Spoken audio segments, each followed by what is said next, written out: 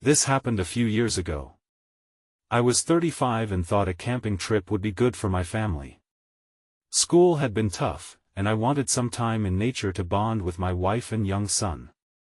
We set up our tent at Pine Creek Park, right by a calm lake and surrounded by tall pine trees. It felt peaceful, just us and nature. I remember thinking it was the perfect spot. The first night, around midnight, I stepped outside to stretch. It was quiet, but I suddenly noticed flickering lights in the distance. I thought maybe other campers were having fun. Curious, I walked toward the lights. When I reached the area, it was completely empty. No sounds, just silence. The lights just vanished. A chill ran down my spine, but I shrugged it off and returned to the tent, trying to shake off the odd feeling. Later that night, I started hearing strange sounds. First, it was laughter echoing in the distance. It felt like it surrounded us, but we were alone. I wanted to tell my family everything was fine, but my heart raced every time I heard it. My wife slept soundly beside our son, who seemed blissfully unaware. The next day, I took my son fishing by the lake. He was excited and giggled a lot. Suddenly, he turned to me and said, "Dad, my friend is here." I asked him, "What friend?" He pointed toward the water, but I saw nothing.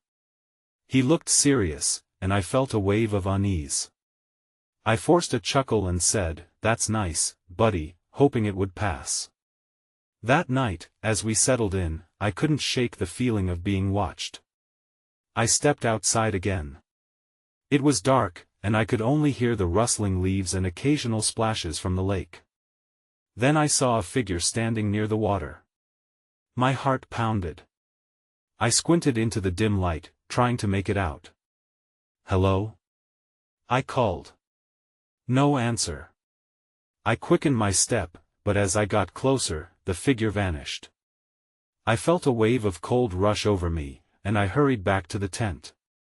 My son started talking about his friend again. He wanted to play. I felt confused and scared. I looked at my wife for comfort, but she was still sleeping deeply. The next morning, I gathered my courage and asked my son about his friend. "Tell me more about him," I said. He just shrugged and smiled, as if it made perfect sense to him. We packed up to leave, and I felt both relieved and unsettled. What were those lights? Who was that figure? I stopped to take one last look at the lake, hoping to find some answers. Pine Creek Park held mysteries I couldn't explain. As we walked to the car, my son turned to me and asked, "Can we come back next year?" I froze, wondering what else might be waiting for us in those woods. My heart raced at the thought. The following year, the itch for another camping trip started creeping back. I tried to ignore it, but the idea nagged at me. My son was now old enough to remember our last trip, and he talked about it often. "Can we visit my friend again?" he would ask, always with that bright, hopeful smile. I exchanged glances with my wife, both of us sharing the unspoken worry. With summer fast approaching, I finally relented. We packed our gear and set off for Pine Creek Park. As we drove closer, I felt a mix of excitement and dread. The tall pines came into view, and suddenly, memories of that uneasy night flooded back. I reassured myself, thinking perhaps it was all in my head. When we arrived, everything looked the same. The park was buzzing with families, laughter, and the smell of s'mores wafting in the air. I did my best to shake the apprehension off and focus on making this trip memorable for my son. We set up our tent near the same spot by the lake. The water glistened under the sun, and for a moment, I thought maybe last year's odd events were just figments of my imagination. That night, after a long day of hiking and fishing, we sat around the fire. My son roasted marshmallows, his face aglow in the flickering light. As night fell, I felt a familiar tension creeping back. While my wife and son were busy with their treats, I noticed there was something off about the shadows in the trees. They seemed to shift too quickly for my comfort. After tucking my son into sleeping bag, I stepped outside. The world was quiet, just as I remembered. I took a deep breath, trying to convince myself that nothing would happen. But then came the laughter. It echoed through the trees, a soft, tinkling sound, like distant chimes. My heart dropped. It was the same laughter I had heard before. I turned back toward the tent, but just then, I caught sight of flickering lights across the lake. They danced and shimmered, just like they had the last time. A profound mix of fear and curiosity pulled me closer. My heart raced as I stepped toward the shore, hoping I was just imagining things. "Dad, are you coming to play?" The voice was my son's, but it felt different, almost layered with something else. Confused, I turned back, but he was still asleep in the tent. I blinked, wishing my mind would clear. Then I saw a figure gliding just along the water's edge. It was illuminated by the lights. I gasped and stepped back. This wasn't just a trick of the moonlight. I felt real panic claw at my insides. I tried to call out, but the words caught in my throat. The figure turned, just enough for me to glimpse a face, pale and distorted.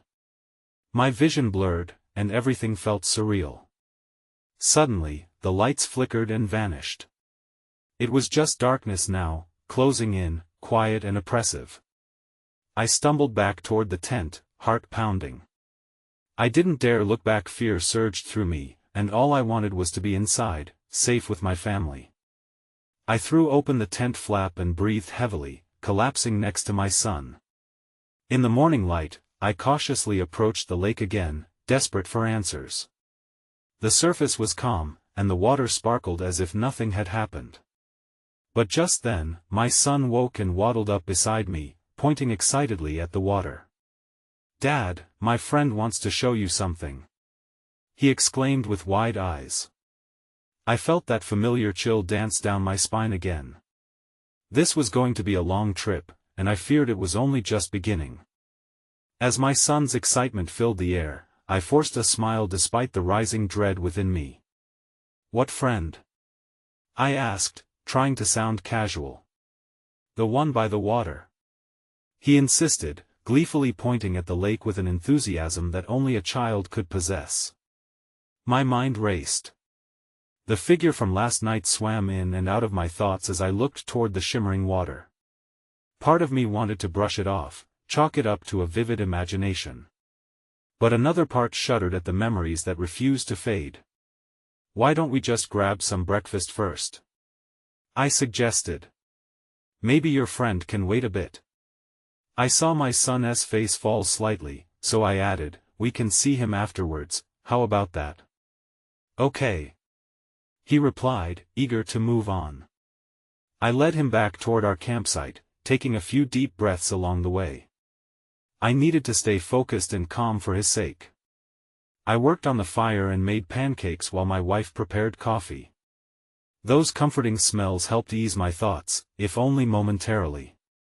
After breakfast, my son bounced with energy, tugging at my sleeve. "Can we go see him now?"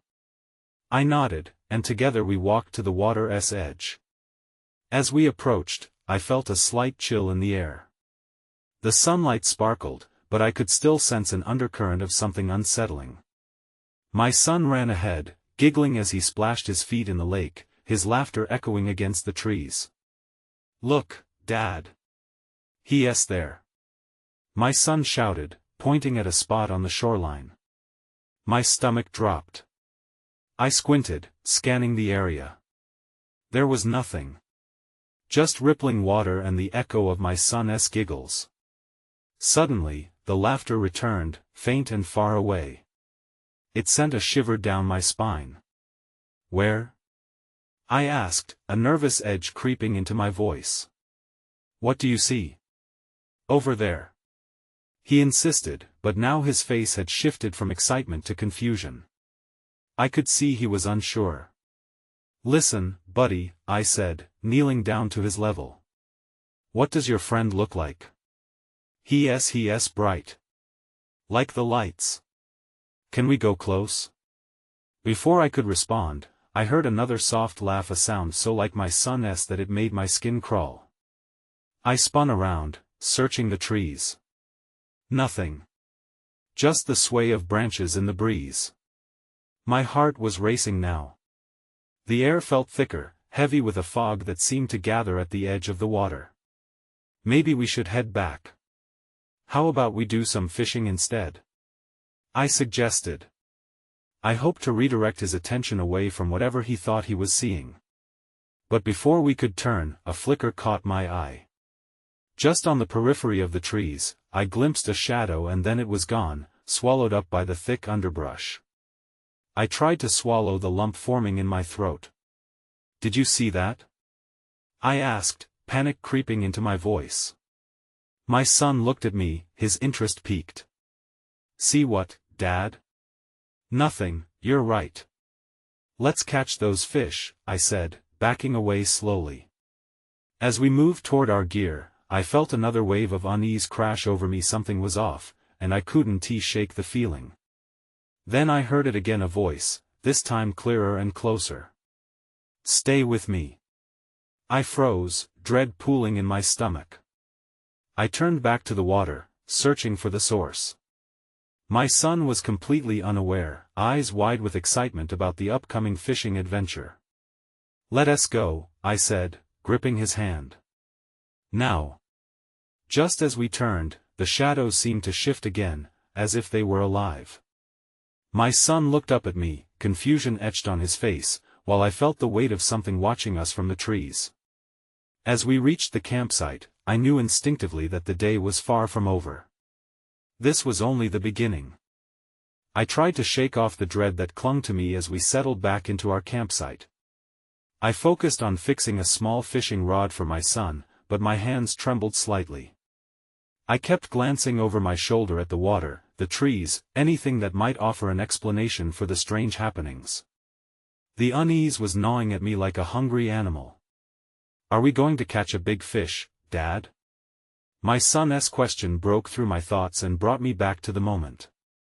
His innocence soothed me, if only for a heartbeat. Sure we will, I said, forcing enthusiasm into my voice. Just you wait. We made our way to the riverbank with our gear. I watched my son cast out his line, the little splash breaking the stillness of the water. I tried to breathe slowly, to enjoy this moment of normalcy, yet I couldn't help but steal glances toward the trees. The shadows felt denser now, broader. Can you help me, Dad? My son called. I turned to him, ready to assist, when I caught movement out of the corner of my eye. A flash, something darting between the trees again. It appeared almost human, but before I could focus, it was gone. Just a bird, I lied, shaking my head to clear it.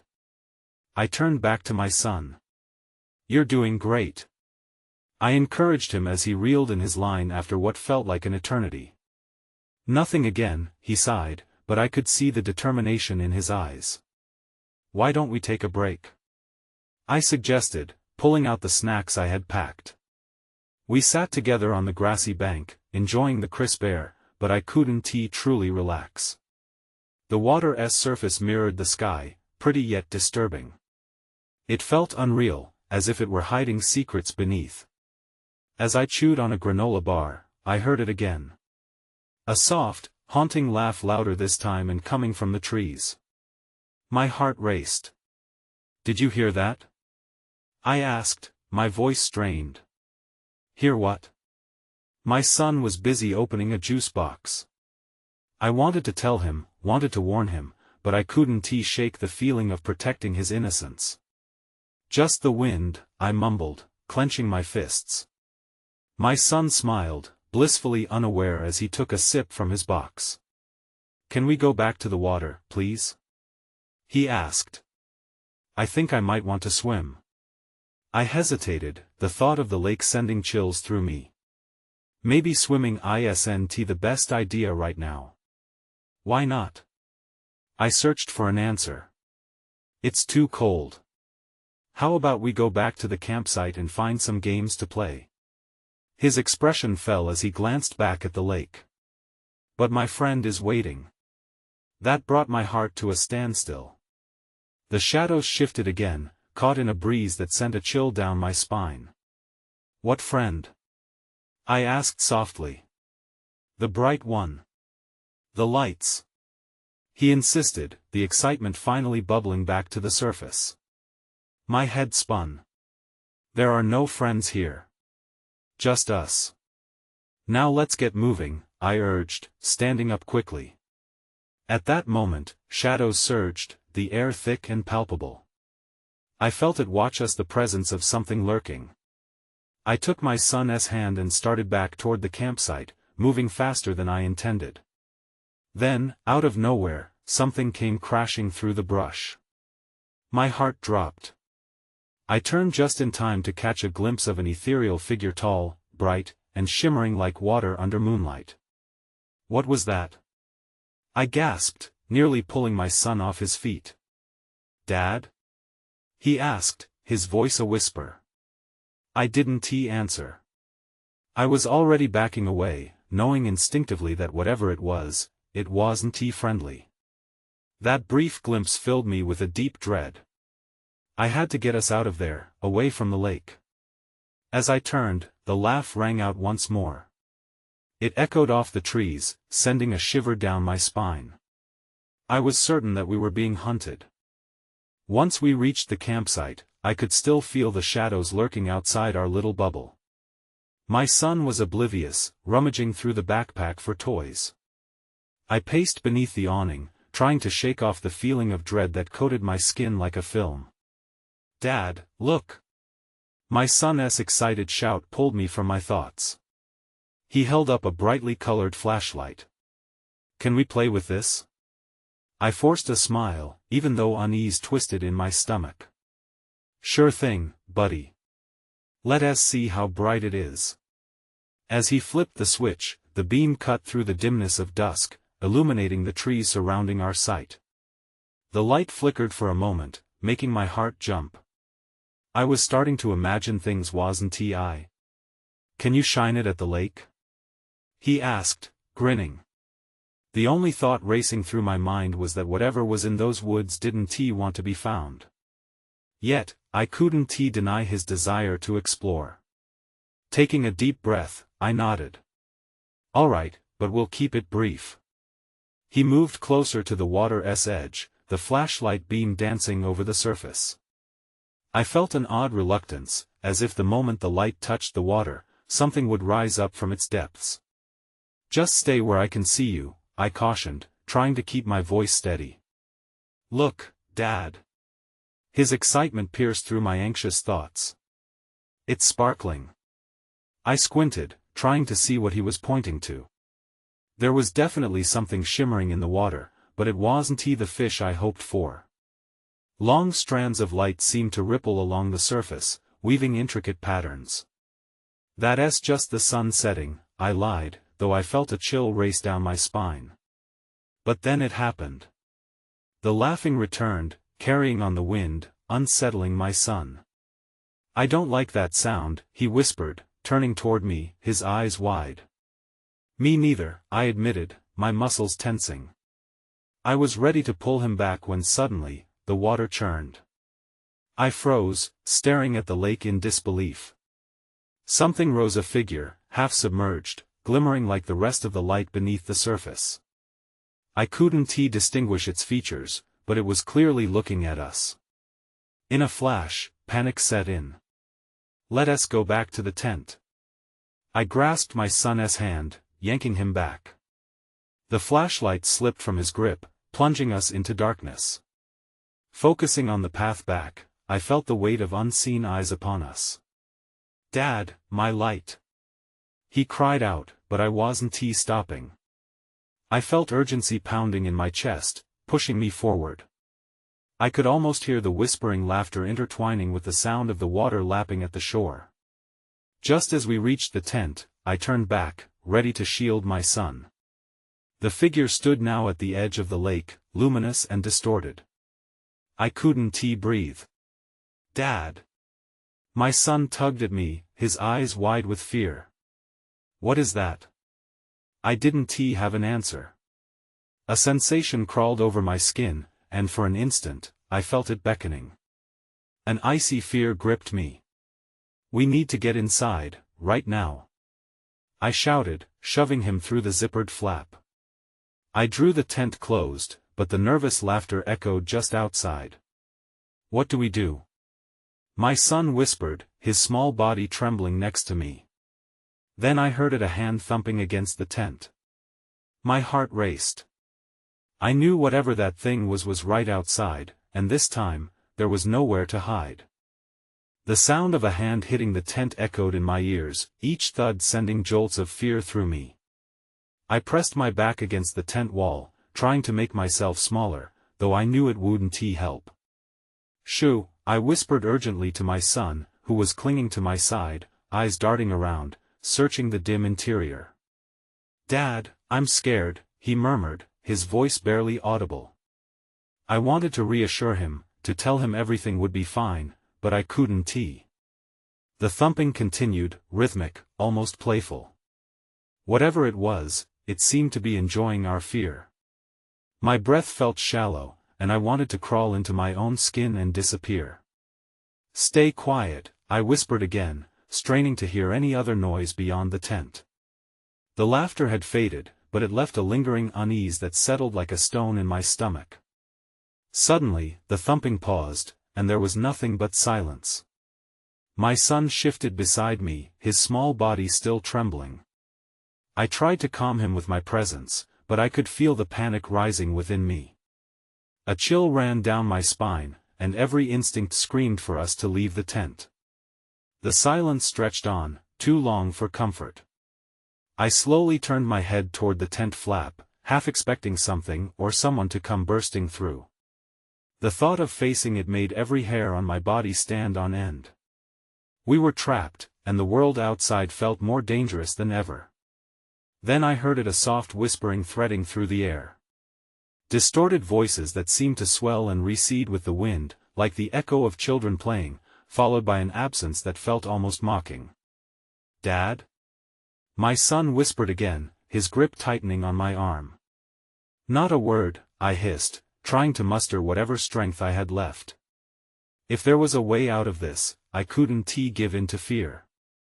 I fumbled for the flashlight on the ground, my hands shaking as I reached.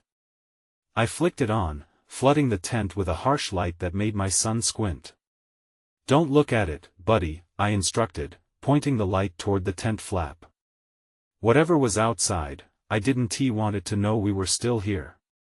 As if in answer, the thumping resumed, faster now, accompanied by that disconcerting laughter echoing back. It felt like it was drawing closer, circling us, trying to find a way in. Every instinct screamed to bolt from the tent and run. But where? The darkness was thick, oppressive, and who knew what awaited us? Then, without warning, the laughter stopped, and a sharp voice broke through the stillness. come out, wherever you are." The words were teasing, almost gleeful. I felt my pulse quicken. They were toying with us. "Dad!" my son squeaked, fear etched on his face. I gripped his shoulder. We both knew we couldn't stay here any longer. "Listen to me, we're going to lift the flap on 3, and then we run, okay?" I said, forcing a confident tone I didn't feel. We had to take our chances, there was no going back now. "Okay," he nodded, though his voice trembled. 1, 2, 3. We pushed the flap open, ready to dart into the night. But the moment I stepped outside, my heart dropped. The figure from the water stood before us, its luminous silhouette almost overwhelming in the darkness. I stumbled backward, instinct taking over, as it raised an arm, as if to beckon us closer. "Dad," my son whimpered, and I felt a rush of terror. This couldn't be happening. Then, the water shimmered behind it, and I realized we weren't alone. The surface churned again, bubbling and frothing with a force that felt like it was pulling us back toward the lake. I stepped in front of my son, shielded him from the figure, but deep down, the nagging thought clawed at me. What was this thing? And why did it want us? I urged my son to move back toward the tent, heart racing as I kept my eyes on the figure. Just as I turned to run, I saw something glinting in the water, and everything froze. There it was again, another hand, reaching out from the depths. The other hand surfaced fully, its fingers long and pale, grasping as if trying to pull itself from the water. My instincts screamed danger, but I was rooted to the spot. The figure in front of us seemed to shift, its outline blurring slightly, as though there were more just beneath the surface. "Run!" I shouted, breaking the spell. I grabbed my son's hand and turned, our bare feet pounding against the ground, away from the tent, away from the water. My breaths were ragged, and I could hear my son's slight whimpers mixed with the pounding of my heart. We darted into the tree line, the trees closing in around us like dark sentinels. I could feel the weight of the night bearing down, the air thick with foreboding. "Keep moving," I urged, not daring to look back. Whatever was behind us, it felt like it was watching. I could almost sense it trailing us. Branches scratched at our skin as we pushed deeper into the woods. The laughter returned, echoing off the trees. It twisted through the air, rising and falling with unnatural glee. The sound was chilling, and I clamped my lips shut to suppress my own fear. I had to be strong for my son. Then there was a noise, more subtle this time, like a whisper just beyond my hearing. I slowed, trying to catch a glimpse of whatever it was, but everything felt wrong, twisted in a way that made my skin crawl. "Dad?" my son asked, his voice trembling. "We need to find somewhere safe," I said, though my mind was racing. Safe from what? I had no idea what we were fleeing from, and that uncertainty tightened around me like a noose. We stumbled across a small clearing. Moonlight peeled through the branches above, illuminating our escape route, but it also revealed shadows that teased the corners of my vision. I could see the water glinting far off in the distance, ominous and inviting at the same time. My heart sank at the thought of returning there. In a desperate attempt to regain control, I shifted my focus to the surrounding trees, searching for something, anything that could help us. "Here," I pointed at a large fallen log, half buried in the underbrush. "We can hide there." We crouched behind the log, breathing harshly, the laughter still ringing in our ears, though it seemed farther away now. For a moment, I allowed myself to think we might be in the clear. But when I turned to my son, his eyes were fixed on something behind me, wide with fear. I turned slowly, dread pooling in my stomach. The figure was there, looming between the trees, closer than before. Its features were more defined now, the pale face flickering in the shadows. It looked almost human, but the edge of its mouth curled into a grim smile that sent chills racing down my spine. Then I saw the thing in its other hand, a wooden staff glistening with strange carvings that caught the moonlight. The staff shimmered like the water, pulsing with an almost rhythmic glow, and I felt a compulsion to draw closer. I shook my head violently, fighting against whatever hold it had. "Don't look at it!" I shouted, grabbing my son's face and turning him to me. "We need to move." But before we could react, the laughter returned, louder, wrapping around us, drowning out everything else. I felt my resolve threatening to crack. "What do you want?" I yelled into the darkness, desperate. But the figure just stood there, still smiling, and from behind it, the surface of the lake began to ripple, bubbles forming in a dance that seemed to beckon us. The clarity of my surroundings dimmed as I stumbled backward, my son's grip tightening. That s when I saw it, something large moving beneath the water, something powerful rising. The next moment, everything changed. The ground shook, and the laughter twisted into a cacophony that swallowed us whole, plunging us deeper into the unknown. I woke up to find myself in a different place. Gone were the pines and the moonlight. Instead, I was surrounded by mist, thick and clammy. It clung to my skin like wet fabric, making it hard to breathe. My first thought was to check on my son. "Sam!" I called out, panic clawing at my throat. "Dad?" His small voice echoed back through the fog. Relief washed over me, but it was brief. I still couldn't see him, and with each passing moment, the unease grew. "Where are you?" "Right here," he said, and I followed the sound of his voice. I reached out, my hand brushing against something cold and damp. It felt like a rock, slick with moisture. I took a step closer, my heart racing. Then, suddenly, the mist shifted. Figures began to emerge, swirling shapes that danced in and out of sight. Each one appeared human, but their faces twisted and contorted into nightmarish forms. I squinted, trying to make sense of what I was seeing. "Stay close, Sam," I said, my voice steadier than I felt. I turned, finally spotting him. He looked terrified, crouched behind a large boulder, his eyes wide and searching.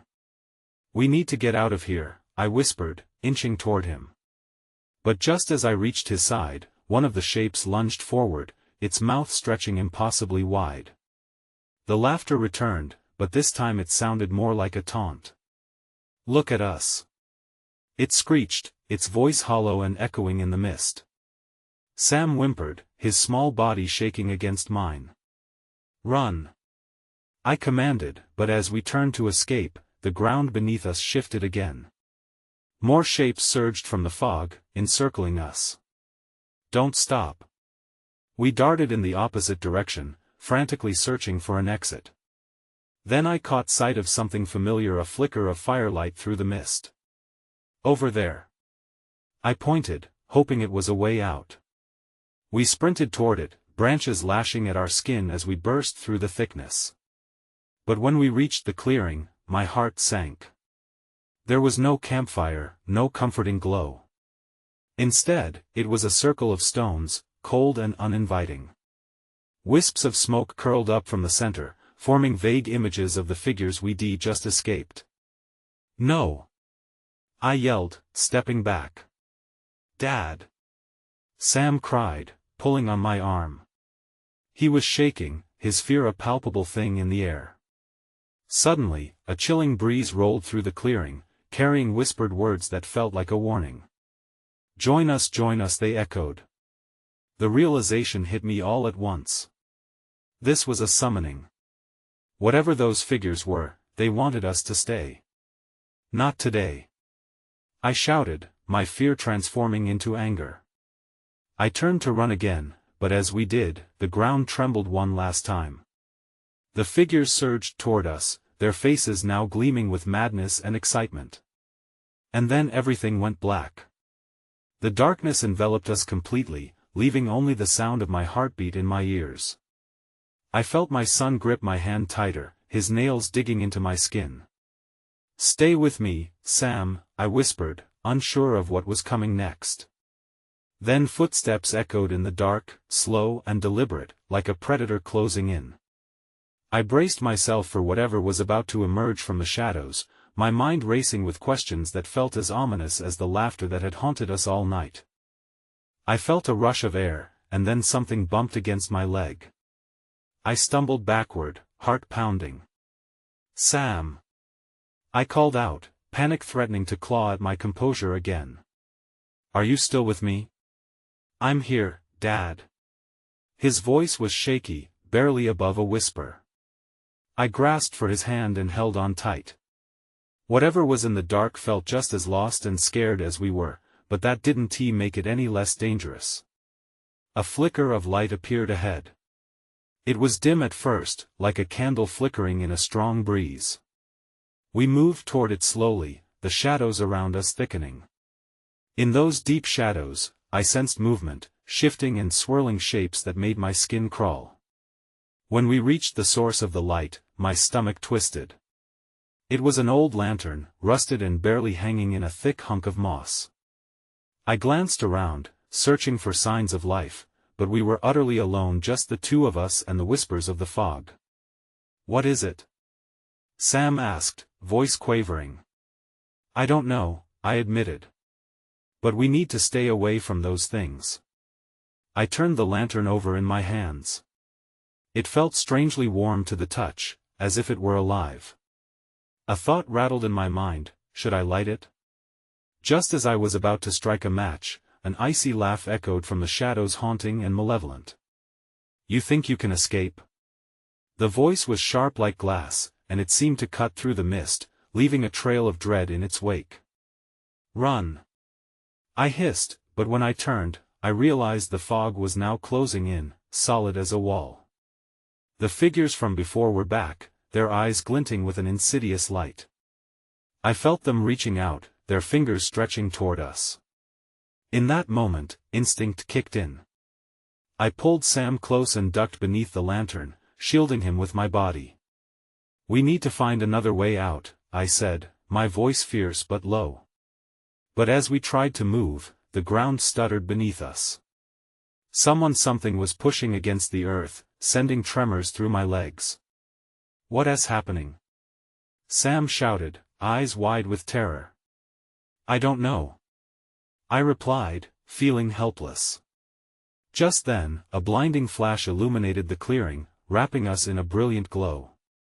My eyes were drawn to the strange figures. They were gathering at the edge of where the light met the fog, their faces shifting between expressions of glee and anger. Then everything seemed to freeze. The air around us shimmered. I could see tangible shapes forming within the mist, faces and limbs that writhed as if trying to break free. That's when I saw it. A child, no older than Sam, trapped within the fog. He reached out to us, mouth opening to scream, but no sound came out. "Help me!" Sam shouted, straining against my grip. "No!" I pulled him back, my heart racing. "We can't," but it was too late. The figures seized the moment. They lunged forward, desperate and frantic, dragging the child deeper into their depths. "Sam, hold on!" I yelled, but the mist was closing in again. As the light flickered, I saw the shadows shift one last time, and then everything went dark again. The lantern slipped from my fingers, rolling uselessly away. The pulse of my heartbeat filled my ears like a drum, but this time it was accompanied by a low, menacing whisper that sent a jolt down my spine. Join us, what did they want with us?" With every breath, I felt the urgency pressing down on me. I woke abruptly, dazed and disoriented, but the familiar contours of my tent surrounded me. The low murmur of Pine Creek Park filtered through the thin fabric, mingling with the calls of birds and the rustling of leaves. I blinked, grasping for the remnants of the nightmare that had clung to me. "Dad, are you awake?" My son's voice cut through my fog, innocent and bright. "Yeah, buddy, I'm here," I replied, relief washing over me like a cool breeze. It was morning, the sunlight streaming through the tent, coaxing my heart back to a calmer rhythm. I was lulled into a false sense of security, but the memories of yesterday's eeriness lingered, a shadow whispering that it wasn't over. We emerged into the day, and I took a moment to survey our campsite. Everything seemed untouched, no signs of the chaos that had erupted the night before. My wife was busy preparing breakfast, and my son bounced, full of energy, eyes sparkling with unfiltered joy. "Can we go to the lake today?" he asked, bouncing on his toes. "Maybe later," I said hesitantly, still feeling the weight of what had happened. I couldn't shake the dread that clung to me, but I didn't want to ruin his excitement. What could I say that in the dark, things lurking in the mist had twisted memories and illusions had danced to a cacophony of laughter? After breakfast, we set out for a hike through the trails, vines and roots snagging our shoes as we navigated the path. I tried to distract my mind, focusing on the chirping birds and the sunlight dappling the forest floor. My wife chatted about the beautiful scenery, and Sam picked out bright flowers to collect. But my senses kept tingling, like static in the air. I found myself glancing over my shoulder more, feeling the shadows stretch at the edges of my vision, reminding me of the figures from the night before. Each rustle in the bushes held an echo of that laughter, enticing and sinister. When my son laughed, I turned to him, forcing a smile, yet every fiber of my being was stretched tight with unease. "Let us head back for lunch," I suggested when we reached a clearing, eager to cut our hike short. As we returned, my heart raced, battling the thought of returning to the lake. But that bright curiosity gleamed in Sam's eyes, pulling at me like an invisible thread. "Can we fish?" he asked eagerly. I glanced at my wife, seeking some comfort in her face. Still, I nodded, though it felt like I was walking toward the edge of a precipice. "All right, fishing it is," I agreed, leading the way to the lake. Each step sent ripples of unease through me. The sunlight danced on the water's surface, and for a moment, I dared to hope that the darkness had retreated. Sam raced ahead, skipping stones across the lake, giggling as they skipped and plopped into the water. I watched him, relinquishing my tension bit by bit, letting the joy of his presence sway me. "Look, Dad. The water is bright," he shouted. I turned toward the water, heart pounding. It was shimmering, but this time, it looked different. There were subtle patterns swirling beneath the surface, reminiscent of what I'd seen before. Just then, a faint giggle echoed from the trees, just a whisper against the wind. My stomach dropped. I tightened my grip on my fishing rod. "Hey, Sam," I called, my voice trembling slightly. "Why don't we try over here?" I motioned toward a spot farther down the shore, the tension building in my chest. "But my friend is here," he protested, confusion clouding his features. "Sam, come on. Let us go," I urged, panic seeping in. The fear was palpable, crawling beneath my skin. As he reluctantly followed me, I cast a glance back at the lake. I wanted to shake off the feeling that the shimmer was more than just sun glinting off water. The laughter continued to weave through the trees, tugging at the edges of my mind. We shuffled away, but the air felt thick against my skin, and I knew in my gut that something wasn't right. Something pulled us to the water, as if it were alive, beckoning and mocking us with that childlike laughter. By the time we retreated to the campsite, dusk began its descent. Sam played by the fire, largely unaware of the darkness creeping around the edges of the trees. I glanced toward the lake, heart pounding, memories swirling at the back of my mind. Could I let it go easily? Did it ever really leave? I watched him play as shadows lengthened, whispering beneath the aroma of esmores. The night settled over Pine Creek Park, but a tremor of unresolved fear lingered. I turned away from the water, forcing myself to forge a normal evening. "Let us make some more esmores, buddy," I said, squeezing Sam's shoulder, clutching my family close as I fought the gnawing dread that something was still watching. I moved to the edge of the campfire's warmth, staring out into the dark woods, feeling the prickling in the air. There were questions I knew I would never answer. What would it see in us? Why its draw? And just like that, the laughter echoed again, clear and distant, cutting through the still night. I couldn't tell if I heard it from the water or the trees, but the unease came flooding back in waves. "Dad?" My son interrupted, glancing up, his bright little expression suddenly dim. "Yeah, buddy? What friend?" he asked earnestly, eyes wide with expectation. I swallowed, feeling the weight of the silence. "I don't know, Sam. I just don't know." The shadows deepened, laughter dancing on the edges, and I realized I might never escape it, nor would this mystery ever fully reveal itself. It hung heavy in the night, waiting just beyond the grasp of understanding.